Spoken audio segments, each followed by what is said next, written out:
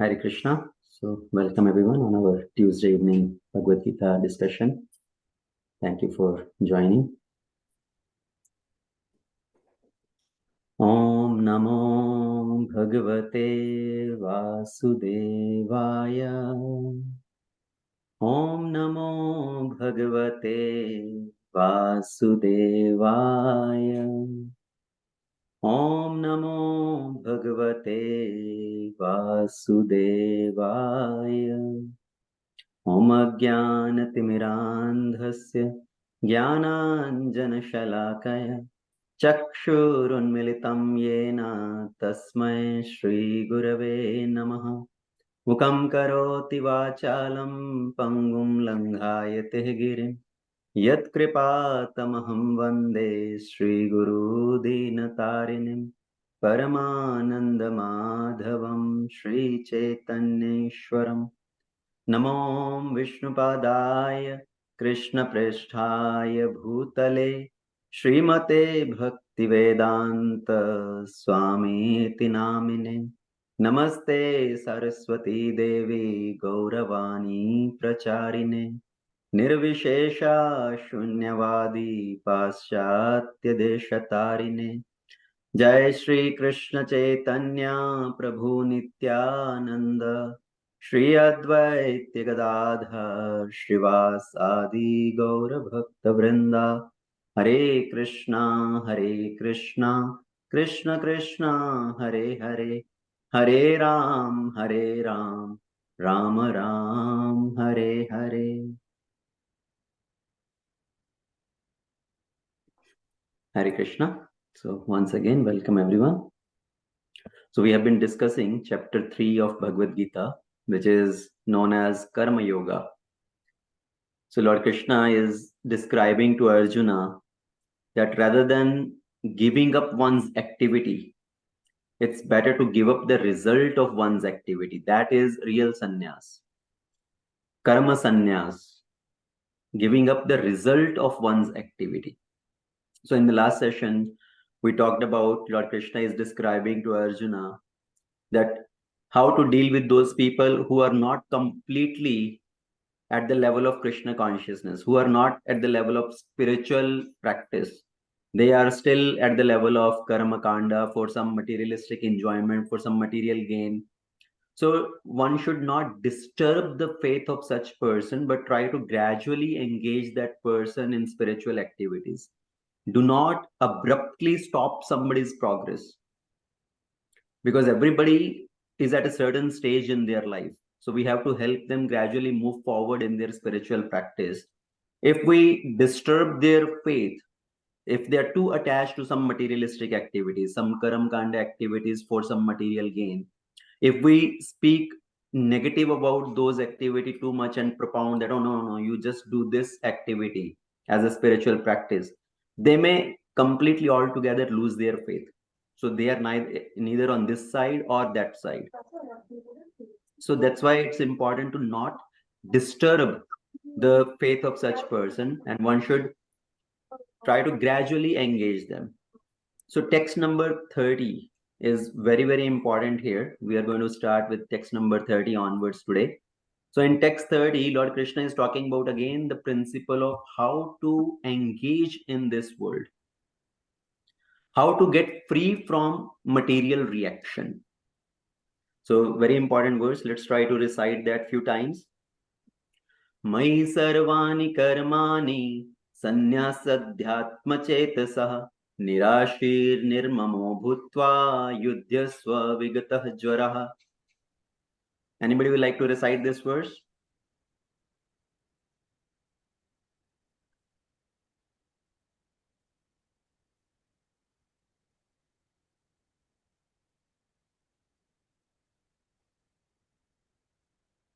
Okay, you have to go quick. Okay, Prabhu. Or let's do. Okay, Prabhu. Okay, Ravishankar Prabhu, go ahead. मयि सर्वाणि कर्माणि सन्न्यास्याध्यात्मचेतसा निराशीर निर्ममो भूत्वा युद्धस्व विगतज्वरः. Okay, very good. Anybody else? Let's do line by line. So everybody can recite after me. Mai sarvani karmani Mai sarvani karmani sannyāsadhyātma cetasah sanyata tada nirāshir nirmamo bhutva jaya navotya yuddhasva vigatah jvara. yuddhe vidusha Mai sarvani karmani sannyāsadhyātma cetasah nirāshir nirmamo bhutva yuddhasva vigatah jvara. So what is Krishna speaking in this verse? It's very important, very practical, how to live in this world, how to carry on our activities. So Krishna says, Krishna is not asking to give up activity. Krishna is not saying give up your occupation and take sannyas, go to temple and start living in temple completely. So Krishna is not posing any such thing. What Krishna is saying, how to act? Krishna says, Mai sarvani karmani sannyas adhyatma chetasa. So sannyas here is not giving up activity. Krishna is saying sannyas is not giving up. Sannyas here means offering. Offer your activities to me. What activities? So sannyas sarvani karmani. Not one particular activity. Not only that when you come to temple, okay, Krishna, I am doing this activity for you. Krishna says, sarvani karmani, all your activities. So offer all your activities unto me. Mai, right? Whom to offer? Krishna says, Mai. Here Krishna is directly referring to himself. Mai sarvani karmani sannyas. With what consciousness? Adhyatma chetasah. With spiritual consciousness, with transcendental consciousness, offer all your activities unto me. So when we are offering our activities to Krishna, when we are doing our activities for Krishna, what should be our consciousness? The next words are very important. Krishna says, Nirashir. See, in our Hindi language or Sanskrit, there are two words, Asha, Nirasha. Right? What does Asha mean? Asha means hope, desire, when we are hoping for something. Nirasha means when somebody becomes hopeless. So here Krishna is not saying become hopeless. Nirashir, Krishna says become desireless. And not simply become desireless, become free from material desires. Don't have desires for your personal enjoyment. Nirashir. So being free from personal selfish desires. Next word is nirmamo bhutva. Nirmamo. Mama means I. This belongs to me. Nirmamo means not me. It does not belong to me.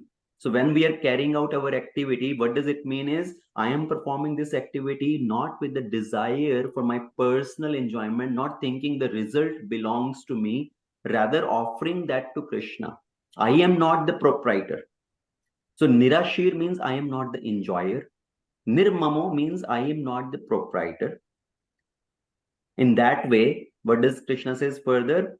Yuddhasva vigatah jvara. Jvara means feverish mentality, temperature. See, in plain language, jvara means temperature, right? Fever. So fever is of two types. One is the bodily fever. When we are inflicted with bodily fever, what do? We just lay down in the bed. That is, one is completely in the mode of ignorance in that time, right? Inactive, in the state of laziness.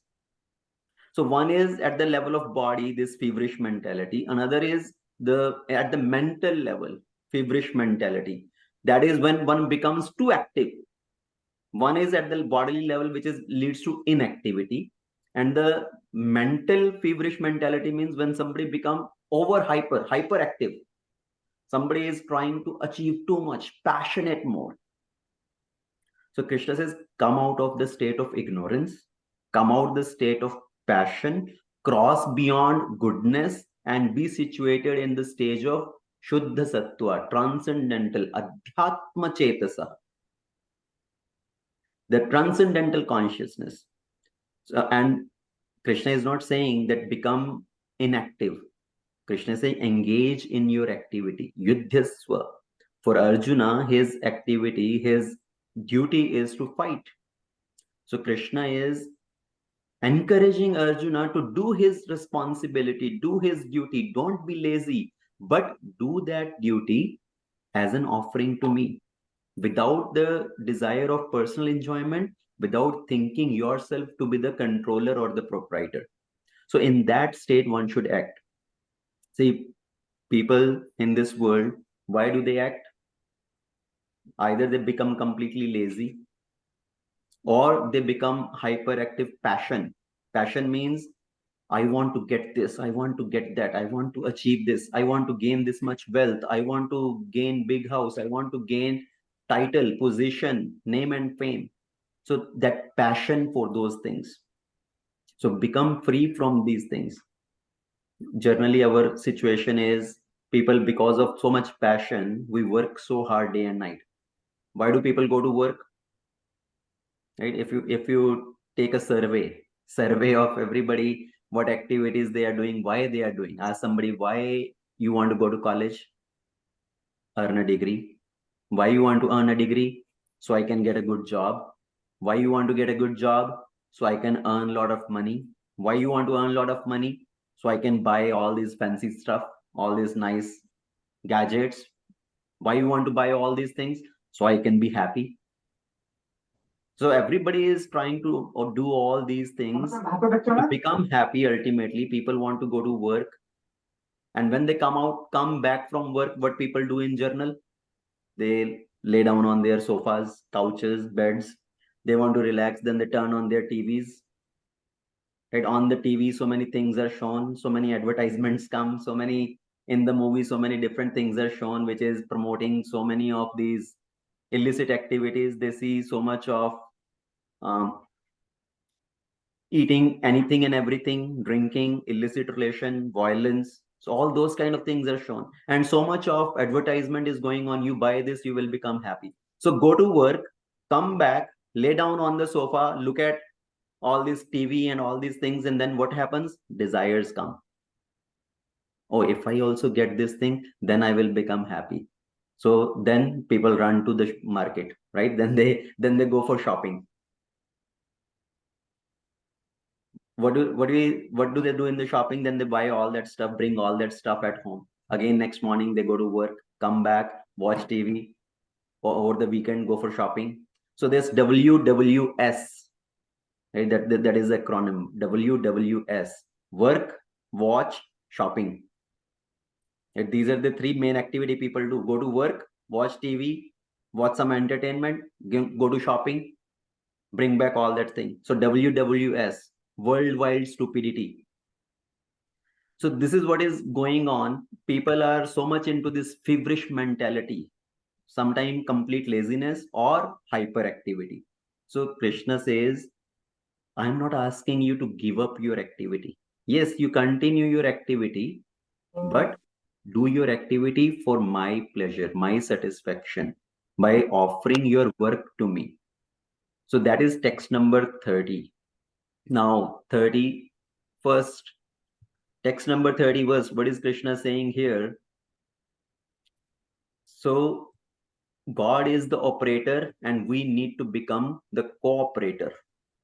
Okay, so we don't want to become the controller, but we want to align our desire with Krishna's desire. So what does that mean? God is the operator. He is operating this whole world. And we need to cooperate with God's plan. He has given certain set of instructions. He has put together some laws. So we need to obey the laws given by God, the instructions given by God. And if we act by following the instruction given by God, what will happen? Right? If we cooperate with God, then what will happen? So that is what Krishna is telling in this verse, text number 31.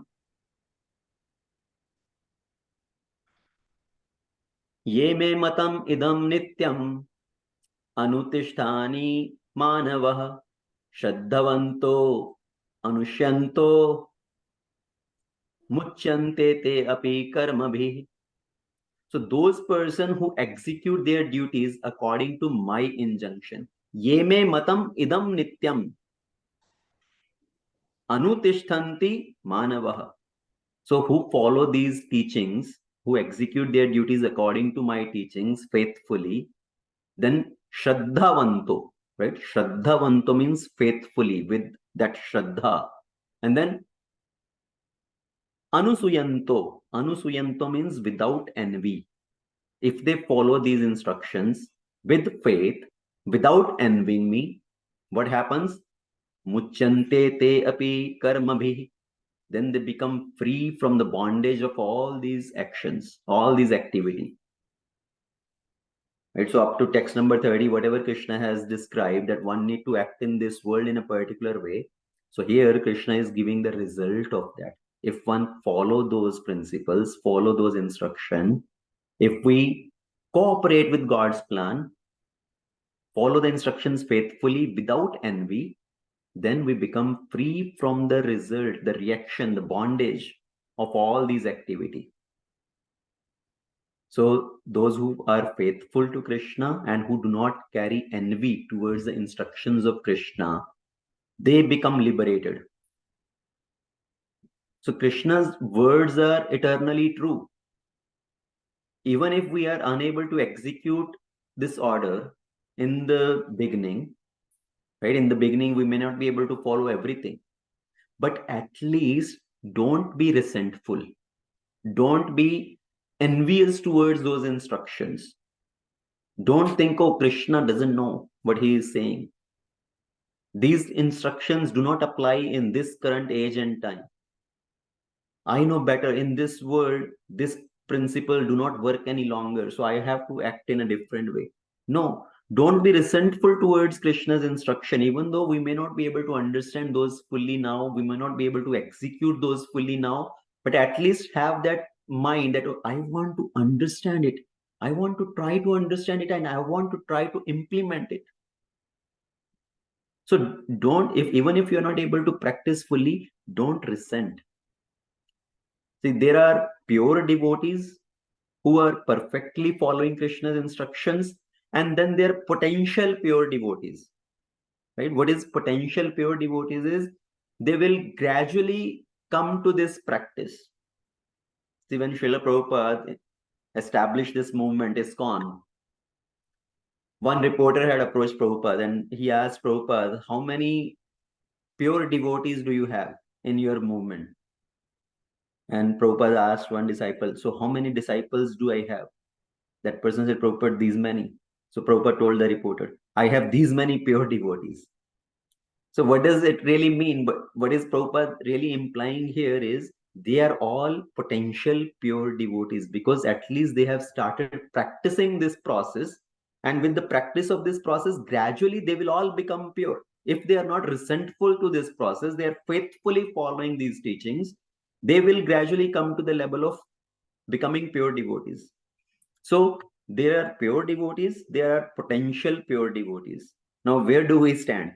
We are struggling sadhakas, we are trying to practice, we are trying to follow the instruction of Guru Sadhu Shastra, right? They have given the instruction, chant 16 round, read Bhagavad Gita, Bhagavatam every day, come to the association of devotees.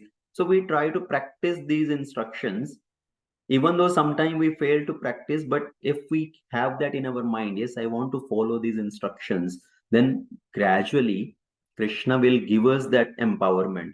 Guru will give us that empowerment that we will be able to practice.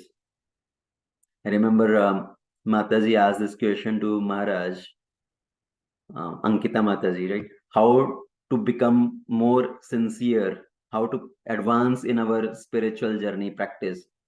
So Maharaj replied, chant your 16 round and associate with devotees. This will come automatically. So automatically one will progress if we continue this practice.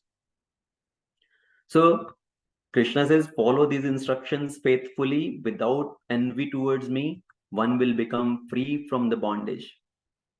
So for us also, same practice implies we are told again and again, come to the level of chanting 16 round, chant attentively.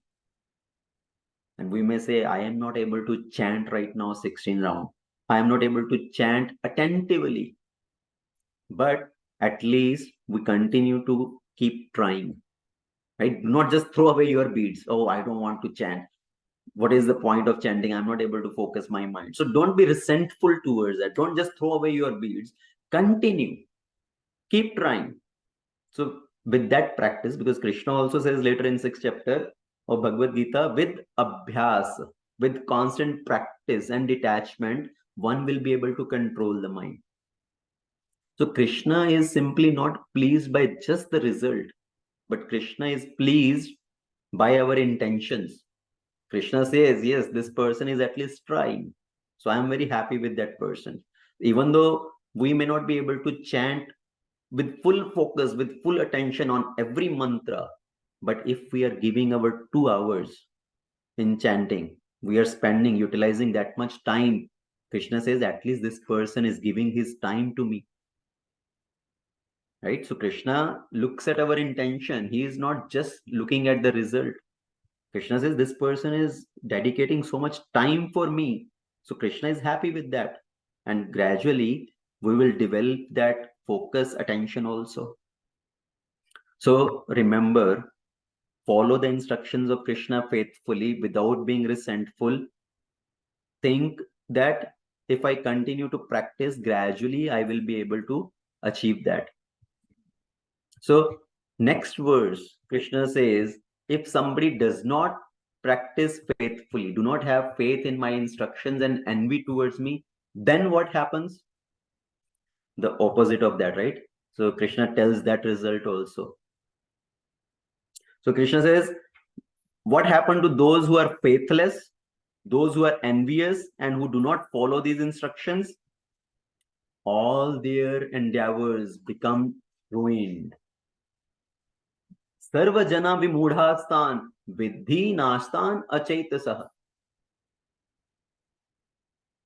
So those people, all their endeavor becomes ruined, no matter how advanced somebody may be materially, how somebody advanced may be in their scientific advancement. But if they are not following the instructions of Krishna, all their activities, the result of all their activities become ruined. At the end of life, whatever they have achieved in this life, that goes to waste. Again, in the next birth, they are at zero, right? Starting point. So ultimately, everything is supposed to be offered to Krishna.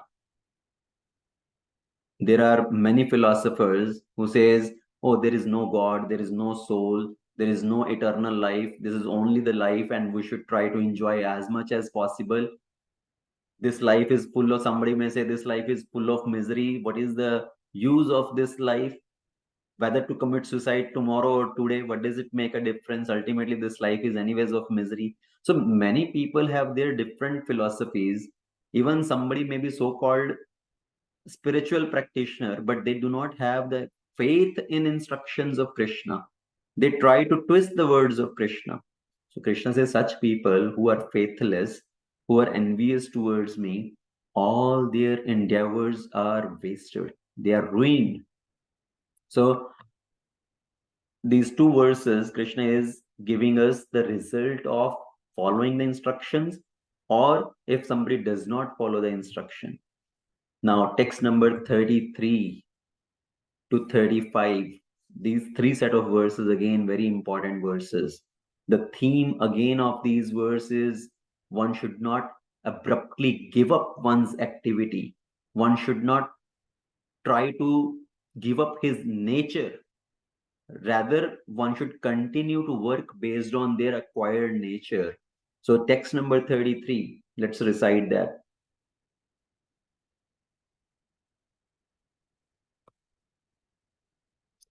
Sadarsham chestate swasya prakarterjnanavan apihi prakartin janti bhutani nigraham kim karishyati. So even a man of knowledge act according to his own nature. For everyone follow the nature he has acquired from the 3 modes. What can repression accomplish? Nigraha kim karishyati. So Sometimes people take this last part of the verse, Nigraha kim karishyati. What can repression accomplish? How can you...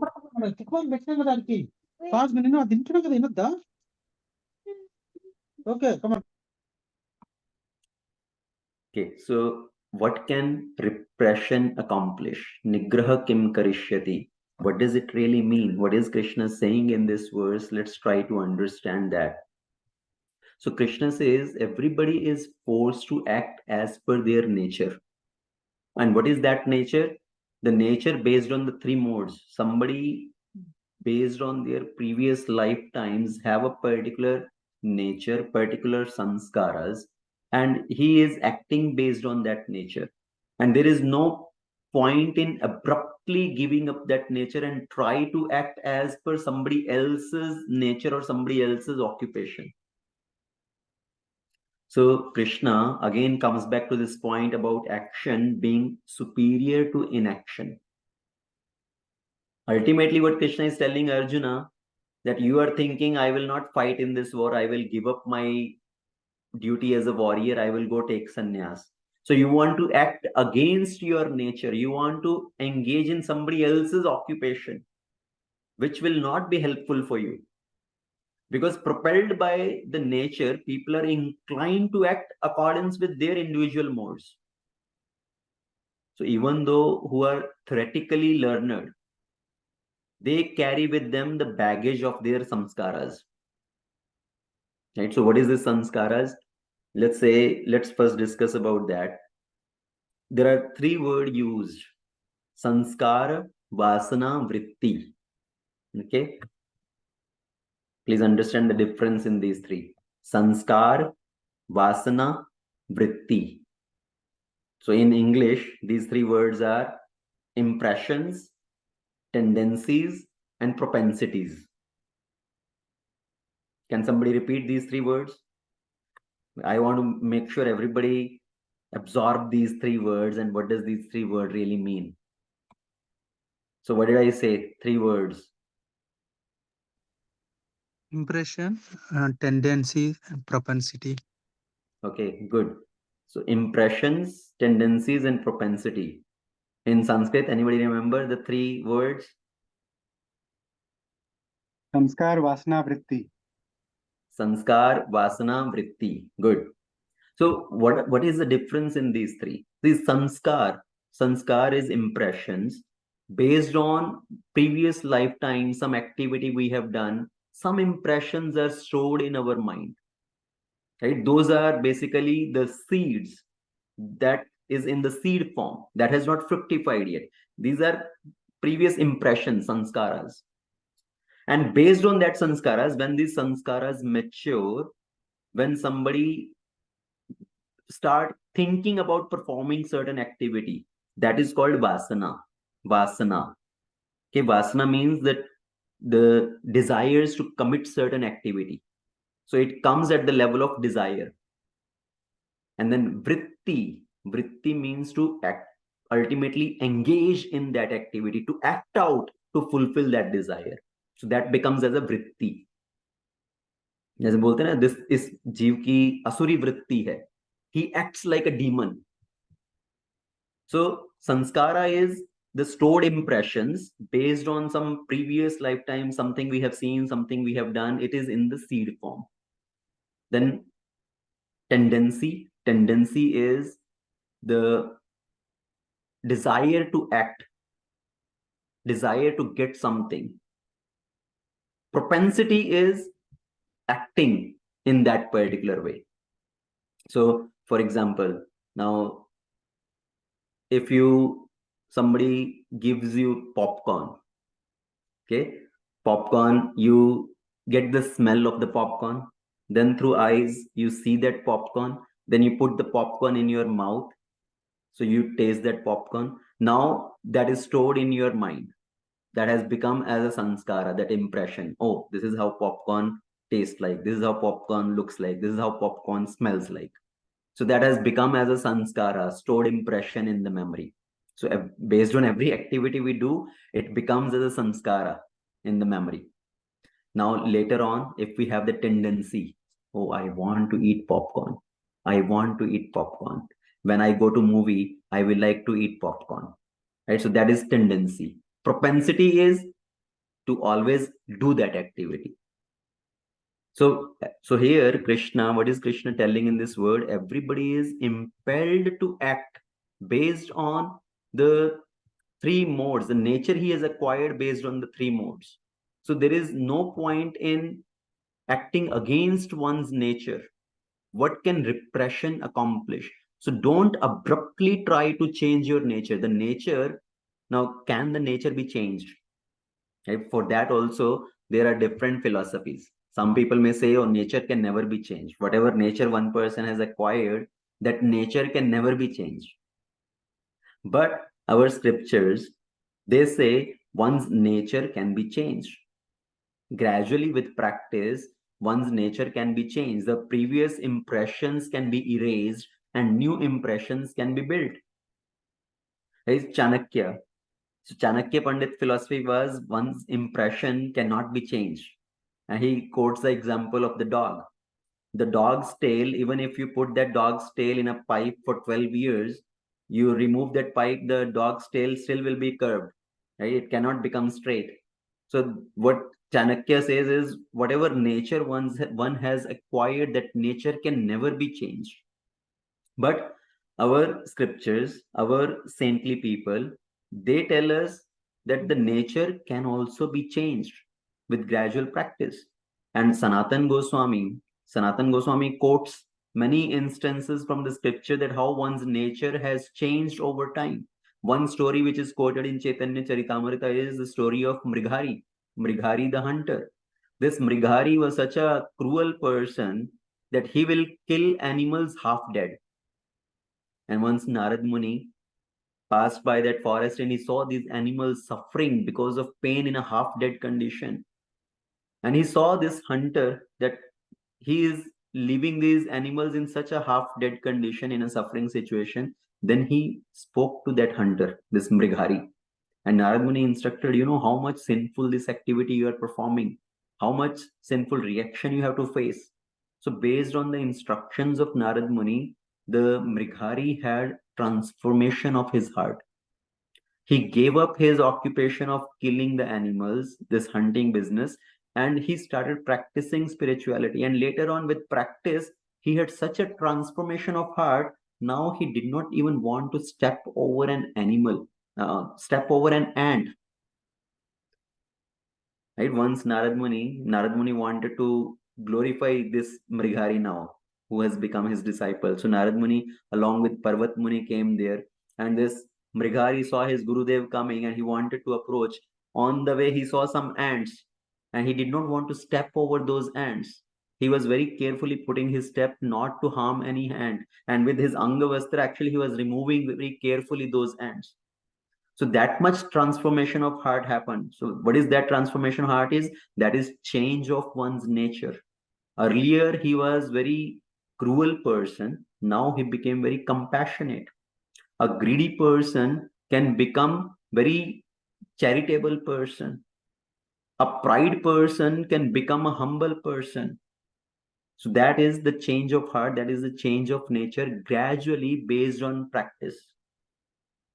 So, but what point Krishna is mentioning here is one should not abruptly try to change one's nature, because that is what Arjuna was trying to do. Arjuna said, I don't want to fight. I will just give up everything and go away because I don't want to kill my relatives. So what Krishna says here, that continue your work, your duty as per your nature. You are a Kshatriya. Your nature is a Kshatriya. And you should act based on your nature. Because if the Vedic scripture instructed to give up all work and engage in just pure spirituality, it will create instability. It will create unstable situation. Such artificial repression would be counterproductive. That's why Krishna says, Nigraha kim karishyati. It does not mean that do not try to control your senses. Do not try to control your urges. Right? People take the meaning of this nigraha kim krishyati in a complete different way. They say, oh, there is no need to control your senses. Just do whatever you like. Do whatever you want. That's what not the meaning here. Here is meaning is artificially giving up your nature, abruptly giving up your nature or your occupation, because that will be counterproductive in the long run. So the proper and the easier way for spiritual advancement, that is to utilize our immense force of habits and tendencies and dovetail in the service of Krishna. So whatever nature we have, whatever tendencies we have, somebody has nature of or the desire of singing, utilize that for Krishna. Somebody has the nature of, he has the art of or the gift of painting, utilize that for Krishna. So whatever nature one has acquired, dovetail that in the service of Krishna. So we have to begin the spiritual path wherever we stand. And in that way, we slowly progress towards Krishna and we continue to improve on that. See, without being fully in Krishna consciousness, one should not give up one's occupational duty. No one should suddenly give up his prescribed duty and become a so-called yogi. So it is better to be situated in one's own position and try to attain Krishna consciousness under superior training. And then one can become free from the clutches of Krishna's Maya. So in the next verse, which is also very important, which is also quoted so many times,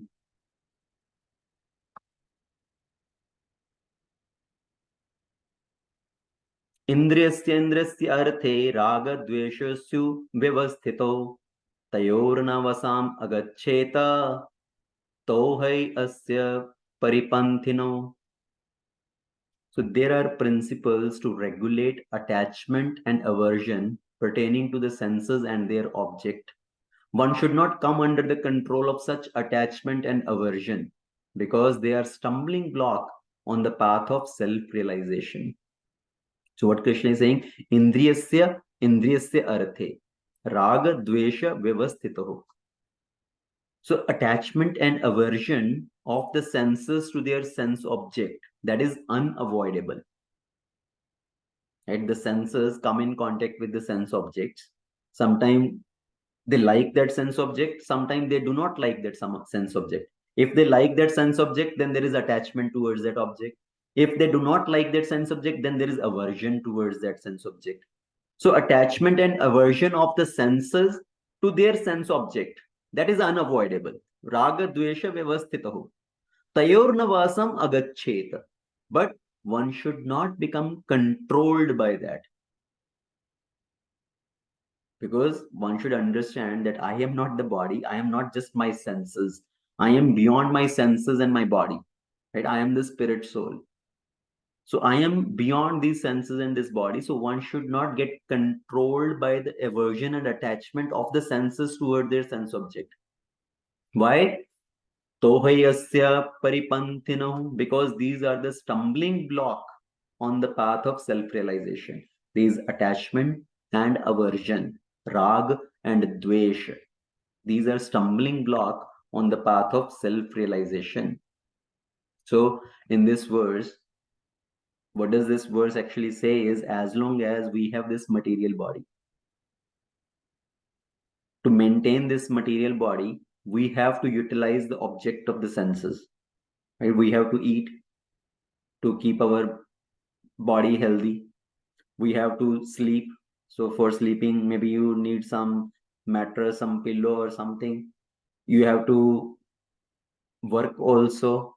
Sometimes the work is to your liking, some it is to your disliking, sometimes it is comfortable, sometimes the work situation may be uncomfortable.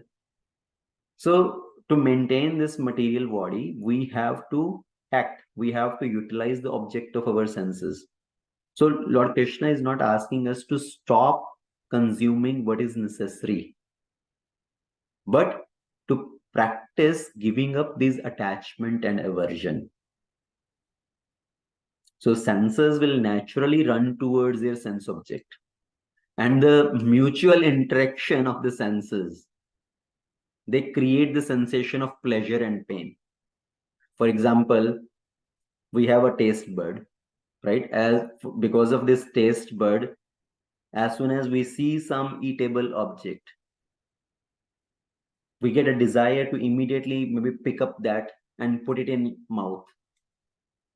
But without understanding very clearly what that particular object is, if we just put that in our mouth, now as soon as this object come in contact with the sense of eating, sense of taste, so if that object is delicious, immediately there is joy in that contact.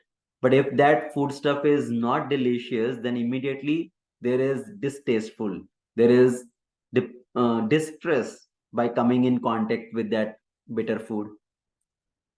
So as soon as the senses come in contact with sense object, there is either the experience of joy or the experience of distress. So mind repeatedly contemplate these sensations of pleasure and pain, which is because of association of senses with the sense object. So these thoughts of pleasure in sense object, they create attachment towards that, while the thoughts of pain towards particular sense object creates aversion, dvesh towards that sense object. So the senses have always either attachment towards particular sense object or aversion towards another sense object. So Lord Krishna tells, do not get attached to these feelings of, do not get affected by these feelings of attachment and aversion. So same way, in the discharge of our duties also, we have to encounter all kind of situations. Sometimes these are favorable situations, sometimes unfavorable situations. Sometimes the situation you like, sometimes the situation you do not like. If your work situation is very comfortable, if your company says, oh, you can come at office 10 o'clock and you can leave by 3 o'clock, everybody likes that situation. Oh, very nice. So earlier, because of the COVID situation, the companies told everybody you can work from home. So everybody became very comfortable working from home, right? So we like that particular situation. Now, if the company says, no, you have to come back to work in person, you have to be here morning 8 o'clock, you have to stay here till 5 o'clock. Now the person thinks this is too much uncomfortable. I do not like that situation. So sometimes the situation may be comfortable, sometimes it may be uncomfortable. So Krishna is saying, in the discharge of our worldly duties, we will encounter all sort of situation, but we must practice neither to yearn for this likable situation nor to avoid the unlikable situation. So do not become slave of these likes and dislikes of the mind and senses. And if we do not become slave of our mind and senses, like and dislike, then we can overcome our lower nature. Otherwise, ultimately, everybody is working based on their lower nature. If somebody thinks it's too difficult to work and it is too difficult to maintain my family, it is too troublesome, that's why I want to give up this worldly life and I want to just go to Himalayas, I want to go to the forest and become a sannyasi. So that is a faulty thought, because person has not given up his lower nature, he has not engaged in Krishna consciousness yet, but just out of discomfort he want to give up these worldly activity, and he will not be able to sustain this new lifestyle also for a long time, and it will become counterproductive in the long run. For example, if the son of the judge commits some crime and the police has caught him and brought it in front of the judge, now the judge thinks, oh, it is too difficult for me to punish my own son, I will give up my duty, I will just better resign from this job. Is that a very clever idea? So one try to give up his occupation, his job, just because he is not able to handle that particular situation, is not the right way. Arjuna also wanted to give up his duty with the thought of thinking, I have to kill my own kith and kins. So that's why I don't want to fight this war. He got that material compassion. So Krishna, through these verses, is telling one should act as per one's nature. Do not try to give up your nature. And the Prabhupada in the purport gives a different angle also, because in the previous verse also, when this point came, Nigraha kim karishyati, there is no need to control one's senses. Ultimately, one have to gradually control one's senses based on the regulative principles. It's not that one should just whimsically carry out anything and everything. One should try to regulate one's senses, but while regulating the senses, having that sense enjoyment under regulation, in that also one has to be very careful. Because the practice of sense gratification under regulation also may lead to one person to go astray. So one need to understand where to draw this fine line. Not in the garb of regulated sense enjoyment, one continue doing particular wrong activity. Right? Oh, I am regulating my meat eating. Now I will eat only twice a day. So I will continue doing that. So one thinks, oh, I am regulating. But ultimately, one need to give up thinking this is sinful activity. Regulation also have a very fine line, what to regulate, what not to regulate. So this regulation of eating is not to eat too much, not to eat too less. It does not mean you can continue eating certain items for a small amount or particular days of the week. No. So sense enjoyment under regulation also may lead one to go astray. As much as there is always a chance of an accident, even on the royal roads. So this is what Prabhupada is writing in the purport. Because if somebody thinks this highway is so smooth, so nice, but on the safest highways also there are chances of accident. Right? On the safest roads also, there may be some danger. So the sense enjoyment spirit has been current for a very, very long time because of our material association. But we need to regulate that sense enjoyment. And in spite of the regulated sense enjoyment, there is chance of falling down. Therefore, any attachment for regulated sense enjoyment also must be avoided. That's what Prabhupada is writing in the purport here. So text number 35, we will discuss this one next verse also, and then we will stop there, because from text 36 a different topic starts. Arjuna will ask another question. So we'll finish till text 35 here today. Shrayan swadharma viganah paradharma swa anusthitah swadharme nidhanam shreya paradharma bhayavavaha. So what is Krishna saying? Swadharma nidhanam shreya paradharmo bhayavaha.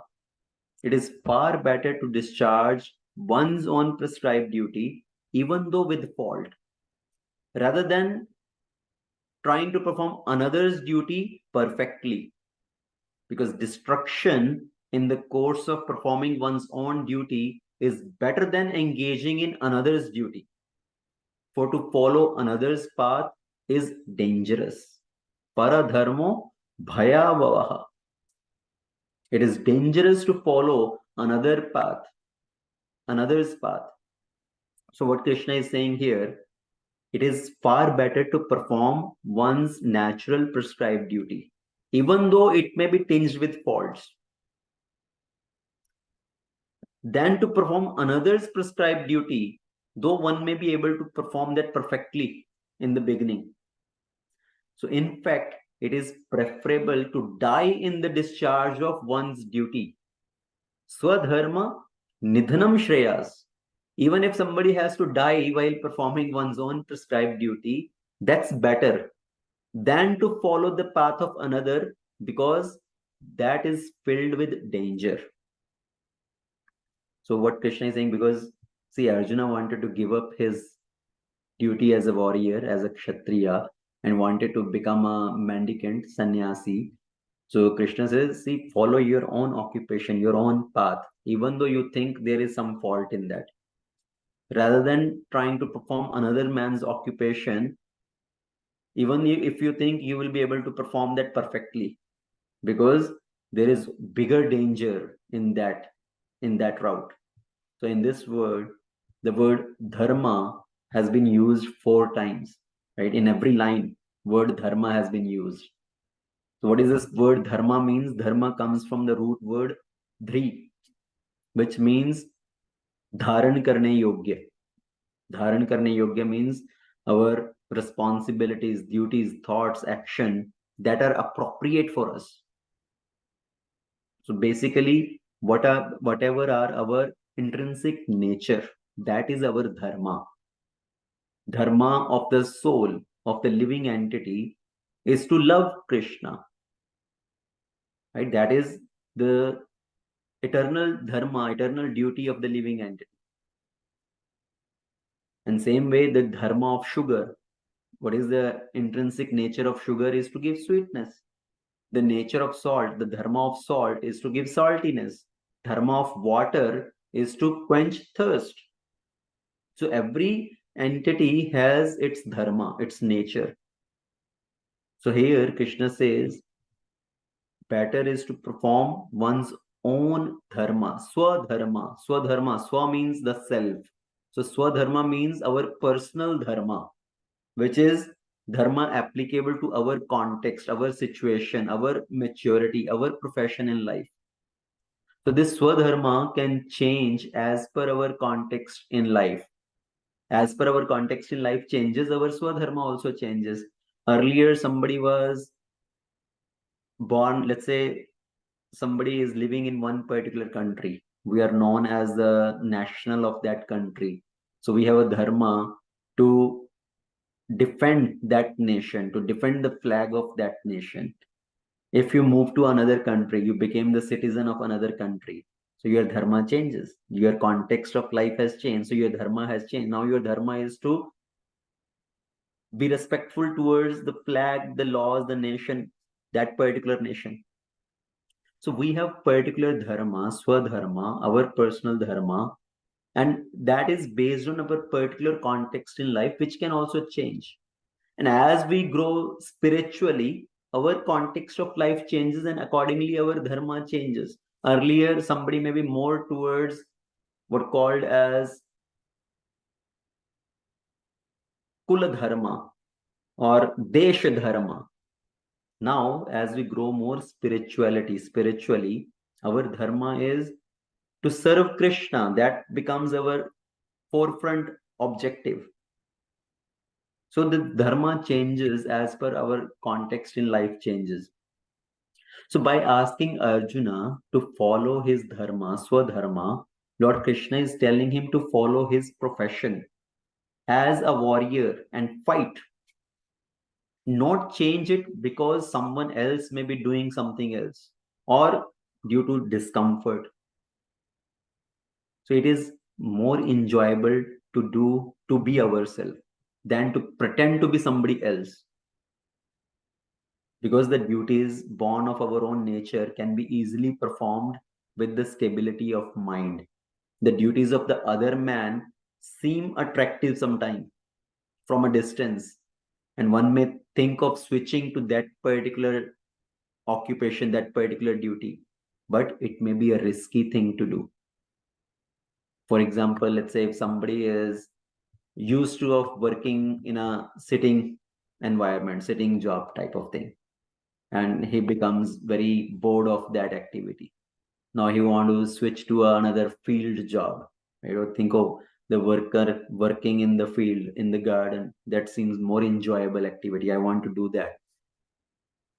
In the beginning, if we try that, we may enjoy it for some time. We may like it very much. But in the long run, we will become completely, burnt out. Right? We may not be suitable for that job in the long run. For 2 hours, 3 hours, yes, maybe we enjoyed it, we liked it. But if you work that 10 hours, then at the end, your whole body is suffering, your whole body is aching because we are not used to of that thing. So that's what Krishna is saying. If it's better to perform your own prescribed duty, even though with fault, then try to perform another person's duty perfectly, even if you think I can do that perfectly. Yes, we may be able to do it nicely for some time, but in long run, we may ultimately be captured by our own nature because of the three modes. We may be able to do it for short time, but not carry out for the long time. Just like a dog, if somebody dress up the dog like a king and make him sit on a throne, how long the dog can just act like being a king? Ultimately, if he see a bone, the dog will immediately run down from that throne and start to bark and fetch that bone. Ultimately, the nature of the dog will come out. Right? One cannot disguise that for long run. How if we try to imitate to be somebody, for how long we can imitate? Ultimately, our nature will come out. So that's why Krishna says, do not try to imitate of being somebody else. Better to act based on your own nature, but gradually try to change your nature, try to change your lower nature, and try to uplift, try to come to the level of transcendence. So, because working at another person's path is more dangerous. For example, the Brahmana who is in the mode of goodness. What are the symptoms of a Brahmana? To be non-violent. Whereas a Kshatriya is in the mode of passion, is allowed to be violent to punish the criminals. So as such, for a Kshatriya, it's better to be vanquished following the rules of violence than to imitate as a Brahmana. Because Brahmana by nature follows non-violence. So if somebody, a Kshatriya, imitates to be a Brahmana, how long he will be able to continue that? His nature is, he sees some injustice happening, his nature as a Kshatriya to punish that person will immediately come up. So everyone has to cleanse his heart by the gradual process, not abruptly. Yes, one can promote from the level of Kshatriya to a Brahmana by nature, right? One can elevate to the level of Brahmana, like the example of Vishwamitra. Vishwamitra example is quoted. Vishwamitra earlier was a king, he was a Kshatriya. And then he practiced spirituality, he practiced yoga, he practiced meditation. In that way, slowly he changed his nature. He came to become as a Brahma Rishi. So from the level of a Kshatriya, where he was engaging in the activity of violence also, going for wars and this and that, ultimately he became completely non-violent. He came to the level of a Brahmana, practicing non-violence, giving education, giving knowledge to others, performing the yajnas. So, but that process happens gradually. So we have to cleanse our heart by the gradual process, not abruptly. So same way here, now we have the system of Brahmanical initiation, right? A second initiation that one can become eligible to take Brahman Diksha. What does that mean is, it's not that just on the day of initiation, the person immediately becomes a Brahmana. Some magic happens all of a sudden and that person will become Brahmana. He will automatically acquire the qualities of a Brahman. No, first the person need to acquire the qualities of a Brahmana. He need to act in that role, in that nature. And when he is seen eligible, seen fit, then he is awarded that Brahmanical initiation. So not that somebody is given initiation and then he automatically, immediately some magic happens overnight and he becomes as a Brahmana, acquiring all those qualities. No, even in our companies also, what is that? Before they give the promotion, right? Before making somebody to be as a manager or senior manager, they want the person to see acting in that role. If he has the ability to perform that role, then he is promoted to that position. So one need to first act in that. He already need to develop those nature, develop those qualities. Then he is given that role also. So here also Krishna is telling Arjuna, do not try to abruptly change your occupation, change your nature. Go as per your nature. Don't give up because of some inconvenience, because of some discomfort, or based on your like and dislike. So what we can also understand is how we need to live in this world, how we need to act out without getting attached to these aversions and attachment of the mind and senses. We need to work towards cleansing our heart, and we need to have faith in the instructions of Krishna. Don't be resentful towards that. With the goal of following those instructions, continue practicing. Even though we may not be able to do it today, but with gradual practice, we will be able to accomplish it. We will be able to achieve it. So with that, we will stop it here today. And we'll continue from text 36 onwards in the next session. Srimad Bhagavad Gita Ki Jai, Srila Prabhupada Ki Jai, Ananta Koti Vaishnava Vrinda Ki Jai. Let's see if anybody has any questions or comments.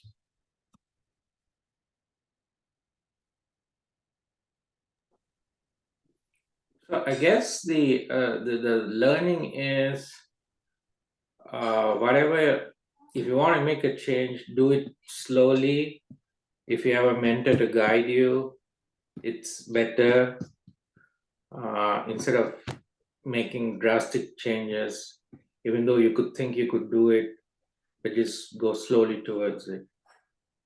Yes, that is, you mentioned two important points here. One is, rather than trying to follow our own mind, our own whims, better to take guidance, right? Who can understand our nature and can guide us accordingly. And then, rather than changing abruptly, try to gradually change your nature. And for that gradual also, we have to be very careful, right? Gradual, on the name of gradual, we don't want to become too much addicted to our own lower nature and be too slow in making that change, right? Because that laziness comes that, oh, I want to go gradual, I want to go slow. Rather, let me push it to tomorrow. Let me push it to tomorrow, because we may develop that nature also.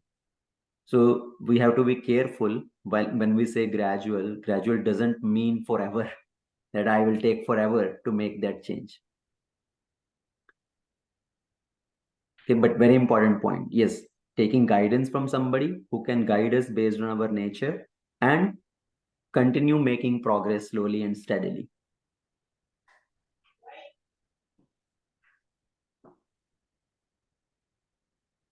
Okay, any other question, comment?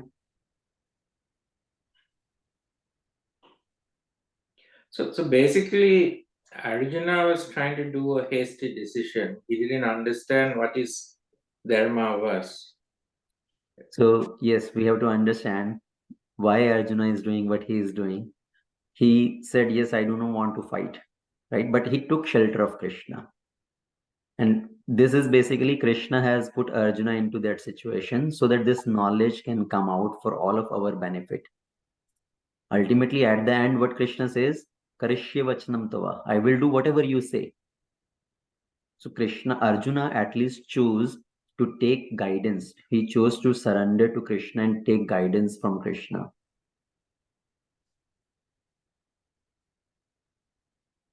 Mm.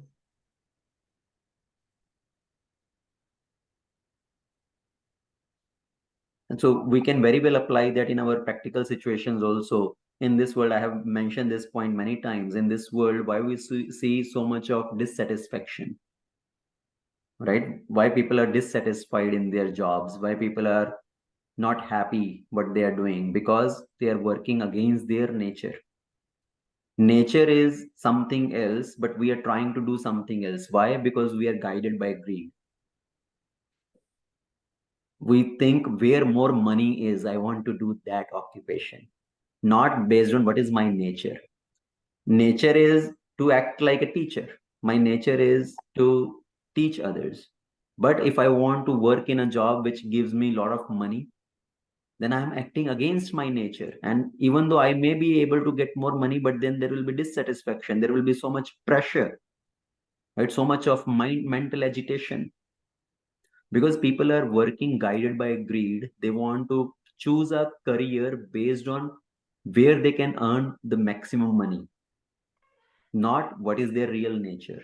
And that is the reason of dissatisfaction in life.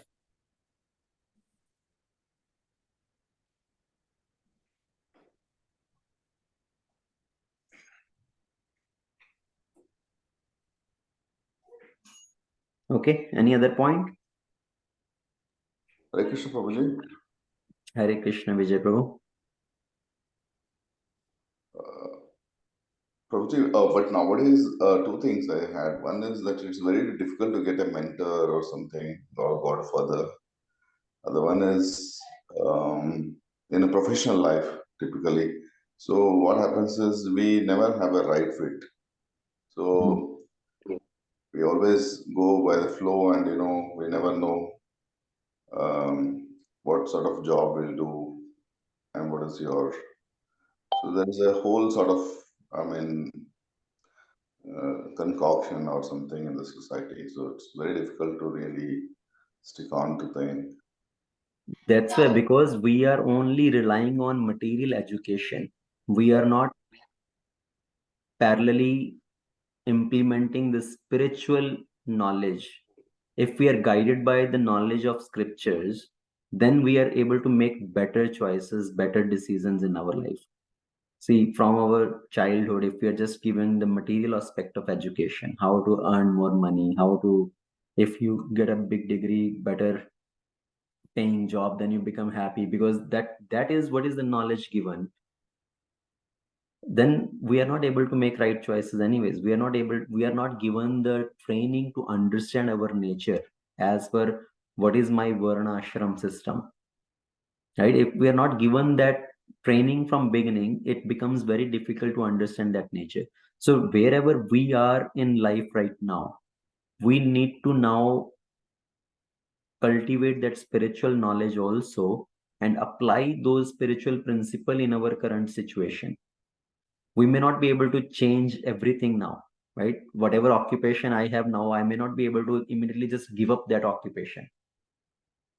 Even though my desire is, let's say, I want to go into agriculture and do take care of cows, but based on my life situation now, I may not be able to abruptly give up my current occupation and take to that new occupation of all of a sudden, thinking, oh, that is my real nature.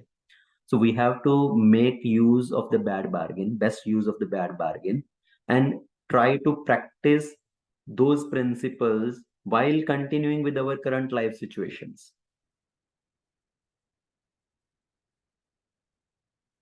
Right, so let's try to practice spiritual life better and better, more and more, and implement those principles in at our work also. That whatever occupation I am doing, let me continue that, but let me offer that activity, the result of that activity, to Krishna.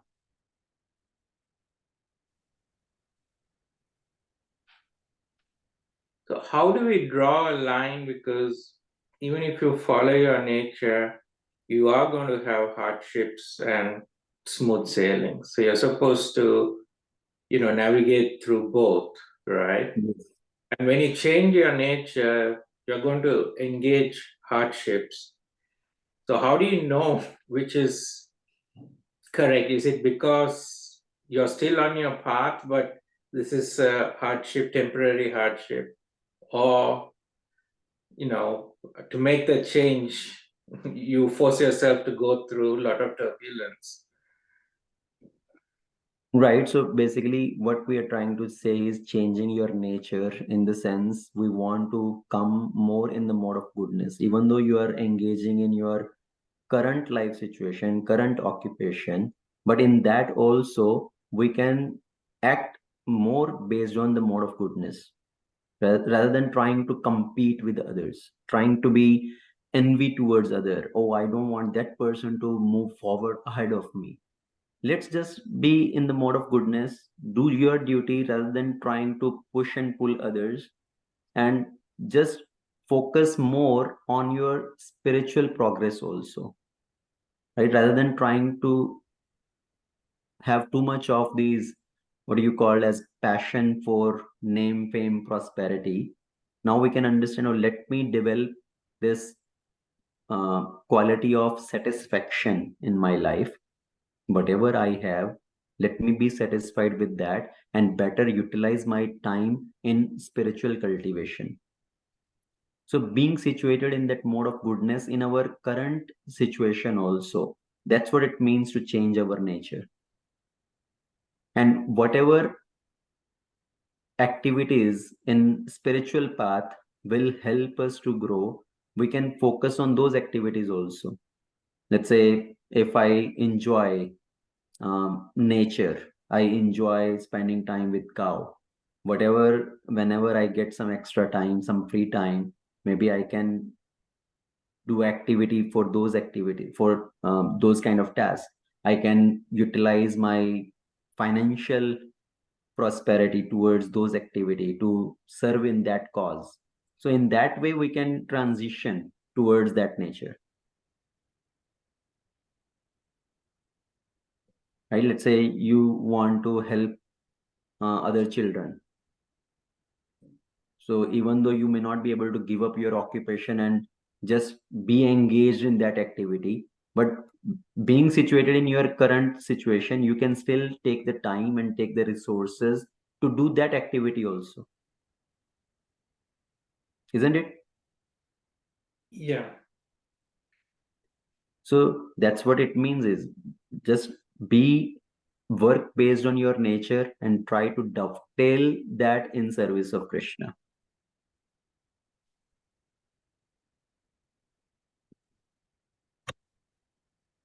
Okay, I think it's So, getting Prabhu, 9:45. Yes, Ravi Shankar. Prabhu, so one thought came, Prabhu, so there are two words I added, Mahatwakansha and Lalach.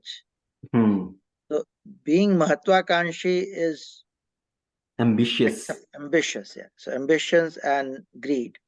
So being Yes. ambitious is something which is positive, and you are aspiring for something even materialistic, but you're aspiring to be better. And the greed is where one takes it down to the path that if I don't get this anything, then I'm doomed. But being as if ambitious is, I'm trying my best to get it there to that level, and then so it's not just the ambition, but what is the end object and goal which we want to achieve, that matters, right? If somebody is ambitious, too much ambitious, that I want to get a big bungalow, I want to get the best luxury cars, I have that sort of ambitions in life, and for that one works too hard to achieve those ambitions, then one may not be able to utilize his time for the actual goal of life. So what is the real ambition in our life? Greed is a one step further of that. Greed means when somebody is ready to do anything and everything, even harm others also, to accomplish one's ambitions. Right? That is gone to the level of greed. If I do not achieve that, my life is wasted. So that is level of greed. But ambition also is our ambition for too much of material things for which we forsake our spiritual progress, or we are ambitious for our spiritual growth. See, Prabhupada was also very ambitious, right? Prabhupada said, I'm very ambitious. And spiritual life does not mean you give up ambition. You be ambitious. I want to be ambitious to build a temple for Krishna. I want to be ambitious to bring thousands and thousands of souls at the feet of Krishna. So you can have that ambition, but your ambition is to serve Krishna. Yeah, but Prabhu, but I'm saying like not ambitious to an extent. If you are doing your work, your regular job, you have a business, you know that I've come to the shop from morning to the evening. Yes. In that ambitious, during that period of time, you are giving your best to grow, whether that is because that's a business growth, that's a materialistic growth, that your project has to go within scope, time, cost, all that thing. So it has to, but at the end of it, at the end of the day, if you did not get $10,000 worth of business, you should not get disheartened. and then Right. after that you're back to your Right. So be satisfied.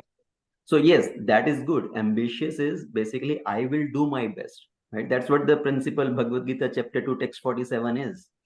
Yeah. Karmanyavadhikaraste ma phaleshu kadachana. You do your duty. You have the adhikar to do your duty, but don't get attached to the result. attached to that, and it Don't doesn't think dishearten. I have to have this thing. If I Yeah. don't get this thing, then I'm doomed. So Yeah. don't get attached to the result. If it comes, then good. If it doesn't come, that's also okay. Yeah. So don't get disturbed because of that. Right? So do your best. Give your best. And another thing on this verse 32 purport, I see one of the towards the end, it's very that stood out here is a disobedient person, however great he may be, is ignorant of his own self and of Supreme Brahma, Paramatma, and the personality of Godhead. Due to a vacant heart, therefore there is no hope for perfection of life for him. The disobedience means the disobedience to the scriptures or the So here, Krishna was pointing out to if somebody is not following my instructions, right? He is not faithful toward my instruction. He disobey my instruction. So that's what this disobey means. Being disobeying towards the scriptures, disobey towards our spiritual authority. So if we are disobedient, then the heart will be vacant. But if somebody is obedient towards the service to their spiritual authorities, service to the spiritual master, service to Krishna, if they're obedient, then Krishna will also help them, Krishna will empower them. So otherwise, if somebody is disobedient, then that person cannot attain that success in their endeavors. Okay, yeah, thank you, Prabhu. Okay, so thank you everyone. I think we'll stop it here. Srimad Bhagavad Gita Ki Jai, Srila Prabhupada Ki Jai. Hare Krishna.